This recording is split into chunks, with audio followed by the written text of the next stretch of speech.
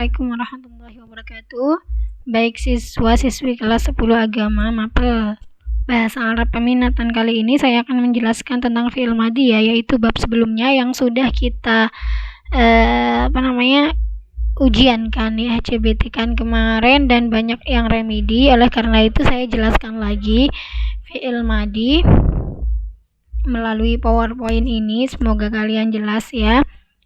Dan setelah ini harap yang remedi atau yang nilai di bawah 75 pada CBT fi'il madhi kemarin, setelah mendengarkan penjelasan ini tolong dikerjakan lagi CBT-nya. Baik, fi'il madhi ya. Fi'il madhi itu apa? Pengertiannya adalah kata kerja yang dilakukan pada waktu lampau. Jadi kata kerja. Jadi kalau kalian ingin mengungkapkan kata kerja dalam bahasa Arab dan waktunya itu di waktu lampau, maka kalian harus menggunakan fi'il madhi ya. Oke, kemudian ciri-ciri fi'il madhi. Kalau kalian ingin mencari fi'il madhi dalam suatu kalimat atau bacaan, ciri-cirinya fi'il madhi itu diawali qad. Contohnya qad qomat. Qomat ini adalah fi'il madhi karena diawali qad. Kemudian diakhiri tak ta'nis belakang. Ini namanya tak ta'nis ya. Jadi kalau kalian menemukan ada tak ta'nis belakang, berarti belakangnya berarti dia adalah fi'il madhi. Dan juga dia mengikuti wazan-wazan fi'il madhi. Kalau dia mengikuti wazan-wazan fi'il madhi, berarti dia adalah fi'il madhi. Apa saja wazan-wazan fi'il madhi? Wazan fi'il madhi yaitu yang 3 huruf itu fa'ala, fa'ila, fa'ula. Ya, fa'ala, fa'ila, fa'ula. Jadi lafadz yang mengikuti fa'ala, fa'ila, fa'ula ini disebut fi'il madhi tsulasi mujarrad ya. Contoh zahabah, dia adalah fi'il madhi. Fi'il madhi karena mengikuti wazan fa'ala. Gitu. Kemudian yang 4 huruf wazannya adalah af'ala, fa'ala, fa'ala. Jadi kalau mengikuti wazan fi'il madhi ini dia adalah fi'il madhi. Kalau mengikuti wazan ini, contoh anzala, dia adalah fi'il madhi karena ikut wazan af'ala. Contoh lagi qaddama, dia fi'il madhi karena ikut wazan fa'ala. Qatala, dia fi'il madhi karena ikut wazan fa'ala. Kemudian yang 5 huruf ifta'ala, infa'ala, tafa'ala, tafa'ala. Contoh ijtama'a, dia adalah fi'il madhi karena ikut wazan ifta'ala. Kemudian yang 6 huruf istaf'ala. Contoh istaghfara. Istaghfara dia adalah fi'il madhi karena ikut wazan istaf'ala. Begitu ya. Jadi fi'il madhi itu ada yang 3 huruf, ada yang 4 huruf, 5 huruf, 6 huruf. Kita lanjut. Kemudian dalam fi'il madhi ini pasti punya fa'il ya. Fi'il kata kerja itu pasti punya fa'il, yaitu pelaku. Tidak bisa dipisahkan ya. Kalau fi'il itu pasti punya fa'il. Tidak mungkin fi'il tidak punya fa'il, tidak mungkin. Kemudian fa'il atau pelakunya, kita kan sudah tahu nih fi'il madhi. Sekarang kita menentukan pelakunya begitu. Belajar pelakunya. Fa'il harus terletak setelah fi'il. Fa'il atau pelaku harus terletak setelah fi'il. Kemudian fa'il ini ada 2, ada fa'il yang dhohir dan fa'il dhamir. Apa itu fa'il dhohir? Fa'il dhohir adalah pelaku yang tampak setelah fi'il. Contoh dhahaba ahmadu.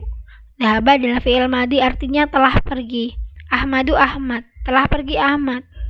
Ahmad ini adalah pelakunya. Ya, pelaku dari pergi ini. Berarti Ahmad adalah disebut fa'il. Fa'ilnya namanya fa'il dhohir. Kemudian dhahabat Fatimah. Dhahabat Fatimah. Fatimah ini juga pelaku ya. Pelaku yang muannas perempuan. Kalau pelakunya muannas, maka fi'ilnya tinggal dikasih tak ta'nis belakangnya, dhahabat. Jadinya dhahabat gitu, ditambahi tak ta'nis. Kenapa? Karena fa'ilnya pelakunya ini perempuan. Lanjut. Kemudian kalau pelakunya dhamir ya, pelakunya itu huwa, huma, hum, hiya, huma, hunna, anta, antum, antum, anti, antum, antuna, nahnu ini pelakunya, maka dia harus tertulis dengan tanda. Tidak boleh misalnya dia satu laki-laki pergi, dhahaba huwa, gitu tidak boleh ya. Misal lagi kamu satu perempuan pergi, dhahaba anta, dhahaba anti, gitu tidak boleh ya. Dhahaba huwa nggak boleh. Jadi bagaimana caranya? Caranya adalah huwa anti itu ya, fa'il domir itu pelaku yang domir tadi ditulis dengan tanda di belakangnya. Maka ada yang namanya tasrif ya. Baik, kalau huwa tidak ada tambahannya, tidak tertulis apa-apa, tidak ada tandanya, dhahaba gitu. Kalau huma tertulis dengan alif, dhahaba. Kalau hum tertulis dengan wawu alif, dhahabu ya. Kalau hiya tertulis dengan tak sukun, dhahabat. Huma dhahabata, hunna dhahabna, anta dhahabta, antuma dhahabtuma, antum dhahabtum, anti dhahabti, antuma dhahabtuma, antunna dhahabtunna, ana dhahabtu, nahnu dhahabna. Jadi kalau kalian ingin mengatakan kemana kamu laki-laki pergi, kalian tidak usah mengatakan aina dhahaba anta, bukan seperti itu, tapi cukup aina dhahabta, aina dhahabta. Nah itu, kemana kamu satu laki-laki pergi, aina dhahabta, bukan aina dhahaba anta, bukan, tetapi aina dhahabta, karena anta ini harus ditulis dengan tanda, yaitu ta ya belakangnya, jadi dhahabta. Maka dari itu ada yang namanya tasrif ya, tasrif lughawi ya, seperti ini. Biasanya ini dihafalkan.